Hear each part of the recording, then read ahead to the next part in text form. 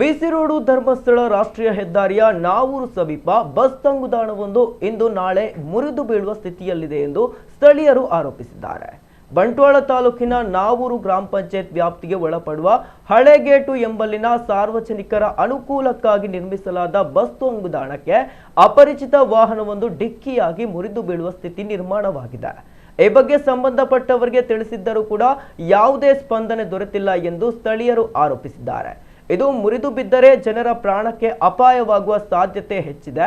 ಆದಷ್ಟು ಶೀಘ್ರ ಈ ಬಗ್ಗೆ ಕ್ರಮ ಕೈಗೊಳ್ಳಲು ಸ್ಥಳೀಯರು ಮನವಿ ಕೂಡ ಮಾಡಿದ್ದಾರೆ.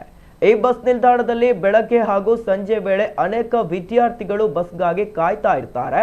ಆದರೆ ಸೊಂಟಕ್ಕೆ ಏಟು ಬಿದ್ದು ವಾಲಿ ನಿಂತ ಬಸ್ ನಿಲ್ದಾಣ ಯಾವ ಸಂದರ್ಭದಲ್ಲಾದರೂ ಮುರಿದು ಬೀಳುವ ಸ್ಥಿತಿಗೆ ತಲುಪಿರುವುದರಿಂದ ಅಪಾಯ ಕಾದಿದೆ ಎಂಬುದು ಸ್ಥಳೀಯರ ಮಾತು.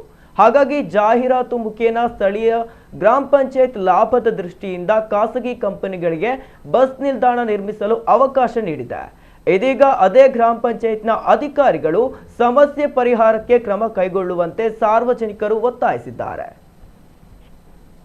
ರಾಷ್ಟ್ರೀಯ ಹೆದ್ದಾರಿಯ ಬಸ್ ಸ್ಟ್ಯಾಂಡ್ ಪಕ್ಕದಲ್ಲಿದ್ದೇವೆ.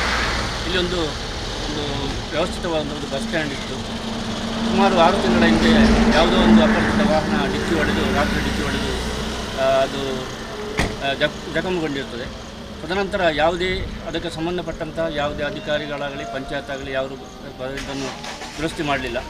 ಈಗ ಇಲ್ಲಿ ಬೆಳಿಗ್ಗೆ ಒಂದು ಸಾಧಾರಣ 30 ಮಕ್ಕಳು ಶಾಲೆಗೆ ಹೋಗುವವರು ಬಸ್ ಸ್ಟ್ಯಾಂಡಲ್ಲಿ ಕುಳಿತುಕೊಳ್ತಾರೆ. ಈಗ ಮಕ್ಕಳನ್ನಲ್ಲಿ ಕುಳಿತುಕೊಳ್ಳಲಿಕ್ಕೆ ನಮಗೆ ತುಂಬ ಭಯ ಆಗ್ತಾಯಿದೆ, ನೋಡುವವರಿಗೆ ಭಯ ಆಗ್ತಾಯಿದೆ. ಆದ ಕಾರಣ ಸಂಬಂಧಪಟ್ಟಂಥ ಅಧಿಕಾರಿಗಳಾಗಲಿ ಪಂಚಾಯತ್ ಅಥವಾ ರಾಜಕೀಯ ವ್ಯಕ್ತಿಗಳು ಇದನ್ನು ಗಮನಿಸಿ ಅತಿ ಶೀಘ್ರದಲ್ಲಿ ಇದನ್ನು ದುರಸ್ತಿ ಮಾಡಿಕೊಡಬೇಕಾಗಿ ಊರವರ ಪರವಾಗಿ ಹಾಗೂ ವಿದ್ಯಾರ್ಥಿಗಳ ಪರವಾಗಿ ನಾವು ಮೂಲಕ ನಿಮ್ಮನ್ನು ಕೇಳಿಕೊಳ್ತಾ ಇದ್ದೇವೆ.